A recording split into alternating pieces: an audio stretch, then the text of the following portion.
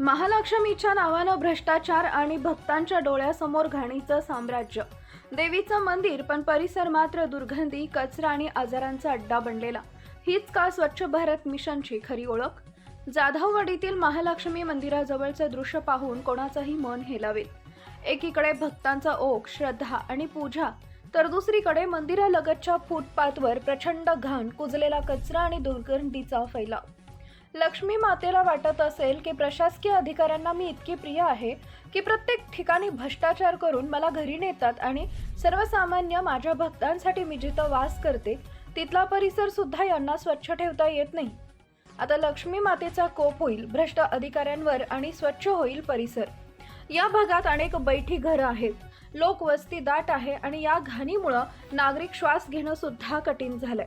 साहेब रोज मंदिरात जाऊन दर्शन घेतो, पण बाहेर पडताना नाक दाबून जावं लागतं, असं एक स्थानिक नागरिक संतापानं म्हणाला. दुसरे नागरिक म्हणतात, हीच लक्ष्मी माता जिच्या नावानं लाखो खर्च दाखवले जातात, पण तिच्याच मंदिरासमोर स्वच्छता नाही, हा अपमान नाही का? दरम्यान नागरिकांचा प्रश्न अगदी सरळ आहे. कोट्यावधी रुपयांच्या स्वच्छ भारत योजनेतून निधी मिळतोय, मग ही दुर्गंधी आणि कचरा कोणाच्या जबाबदारी?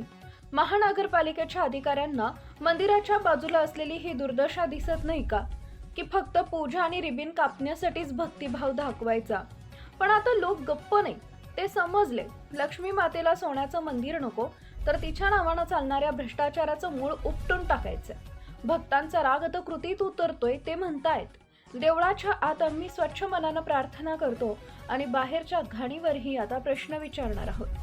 कारण खरी भक्ती म्हणजे फक्त अगरबत्ती नाही, तर समाजासाठी जबाबदारी उचलणं आणि अन्यायाविरुद्ध आवाज उठवणं.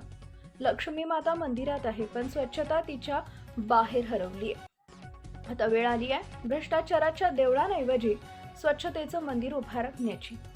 हा आवाज थांबणार नाही, कारण आम्ही आहोत आय एम सिटीझन.